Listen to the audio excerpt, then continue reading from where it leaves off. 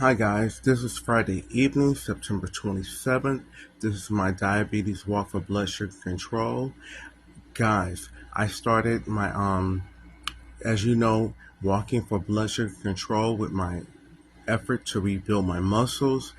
I not only did I start walking with my ankle weights, I started walking with my wrist weights.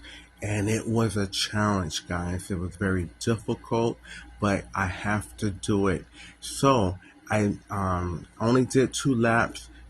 It was a mission, guys. I really felt like it was a workout, but I I felt so many muscles activated, but I really have to start focusing on building muscles because after losing 65 pounds, I have to start building back muscle mass because muscle mass is a great indicator of health outcomes.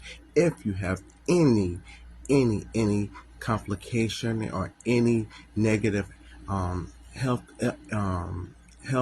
consequence, and it's a good indicator of positive health outcome. I'll let you know any updates where I'm at, but I'll keep you updated, guys.